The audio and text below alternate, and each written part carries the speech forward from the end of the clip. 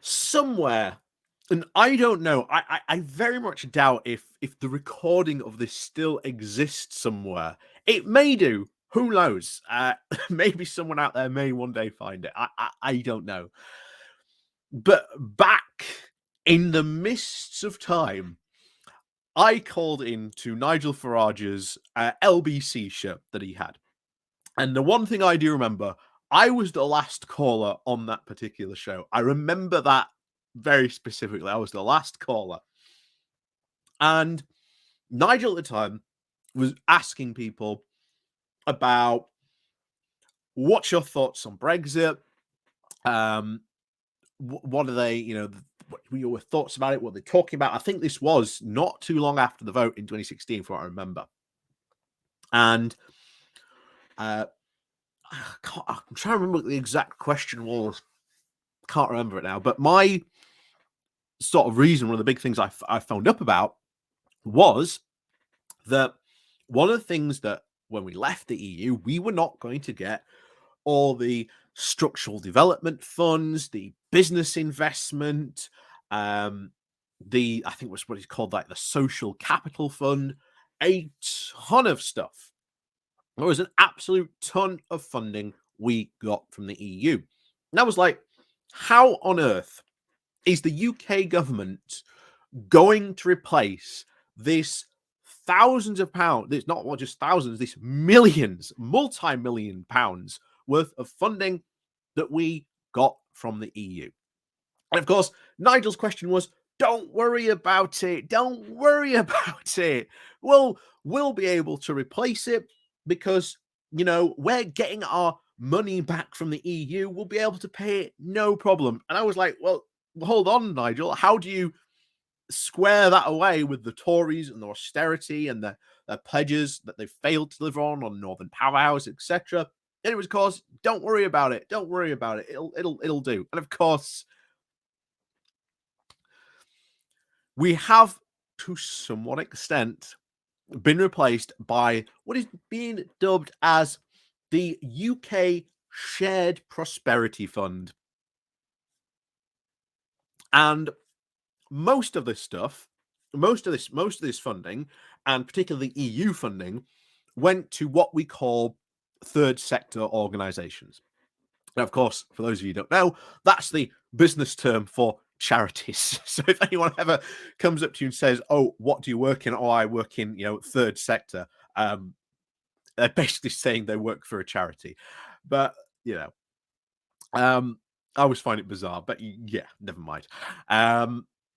So most of this stuff went to charities. And unfortunately, the Shared Prosperity Fund hasn't really seemed to have followed through, nor has it managed to actually match the money that the EU provided, that the UK MPs and even at the time Prime Minister Boris Johnson said that he was going to match. He said, do not worry, the UK will match that funding.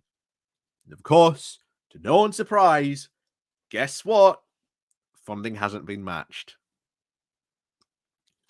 Are we surprised? Are we surprised about this? Of course not. This is what many of us thought was going to happen. And shockingly, we were proved right. Why? Because you've only got to look at the Tory ideology, what they've done for the past 12 years in terms of, funding and giving out this funding, how it's been allocated, especially, of course, this gives into the whole Rishi Sunak clip, which certainly Labour should be playing on repeat constantly at the next general election of, yeah, we didn't give it to, the poors. We took it away and gave it to the areas that quote, deserved it more. Hence being Rishi Sunak's new moniker of being, Rishi Hood, robbing from the poor and giving to the rich. But before we get into this just a bit more, because we're going to go through some interesting figures and numbers, and yeah, this is how much these areas have been sort of deprived of this funding. please do remember, hit the like, share, subscribe button if you are new. There's also the bell button as well. So remember to ring that bell, because obviously you get news when we go live, when we drop a new video. There's down below, there's the Patreon page, there's the thank you button, there's the buy me coffee link as well, where you can buy me coffee. There's also the Pony Club down below where you can join as well. And of course, remember, if you are a member of the Pony Club, or you are sort of donating on Patreon, I do a once a week video for you guys, for you to enjoy. And of course, once you get access to either of those, you get access to all the videos that I've made on those. So like I say, if you want access to that, then go check those out.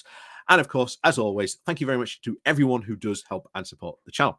So how much do you think has been, shall we say, deprived from these areas? Well, first of all, you've got to understand how much money these areas got to give. So, the EU funds, the Economic and Regional Development Fund, and also the European Social Fund, gave Wales approximately £11 billion. £11 billion.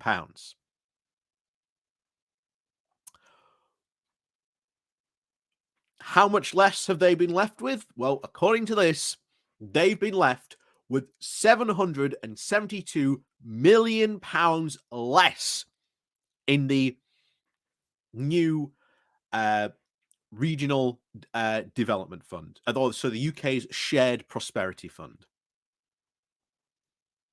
£772 million less. And that's in Wales. And this, by the way, has had a massive knock-on effect. There have been charities, especially because they were the main recipients of a lot of that EU funding.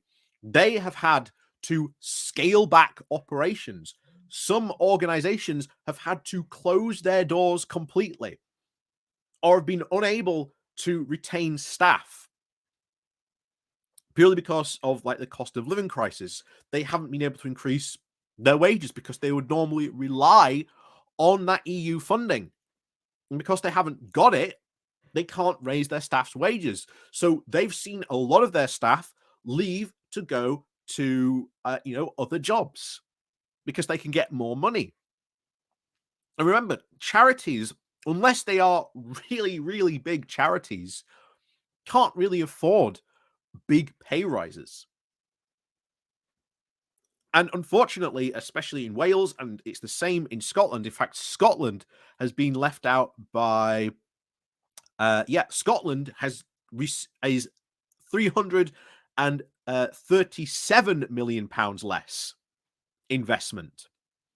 In fact, one of the ministers from the Wales Senate has said that this entire approach, to the Shared Prosperity Fund, has been absolutely chaotic, that it has failed to even deliver the replacement funding which was promised.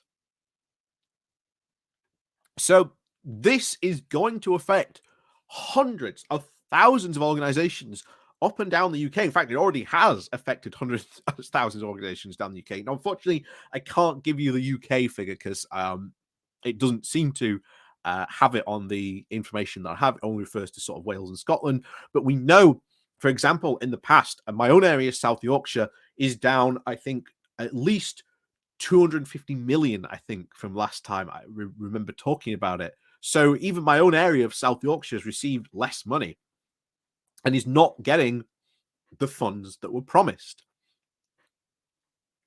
And the thing is, I always say to you during, when we were talking about austerity, there was a fantastic quote from, one of our local councillors who said, things just disappear. And unfortunately, Wales, Scotland, England, we are seeing that. We are seeing organizations who provide an absolute necessary services in some cases just disappear. And we are talking some services that the most vulnerable in society rely on. And they are just going to disappear. Or they have to scale back their operations, meaning that they cannot provide to these, vulnerable people anymore. And that is a massive catastrophe. And it's certainly something that the government should be answering for, considering that they made the promise they would match this funding. And they haven't matched this funding.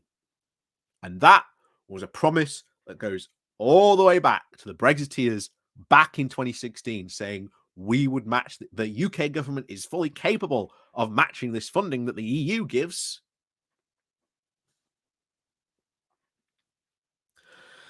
Oh dear. So yet another Brexit ongoing disaster. And as I said, I think all these charities and all these organizations that lose this money, they're not going to be able to provide that like they used to. And that is going to have big knock-on effects, because most of these charities and organizations used to provide services to the most vulnerable in society. And unfortunately, those people are not going to get the support they need in many of their cases now. And that is going to have a big, big knock-on effect. In fact, it already probably is having a very big knock-on effect in some of these areas. It wouldn't surprise me. So, as always, thank you very much for watching. Please do remember to hit that like, share, and subscribe button. And of course, down below, there are links to my Patreon page and a website link called Buy Me Coffee, where you can buy me coffee. And as always, thank you very much for watching. And of course, we'll see you all next time.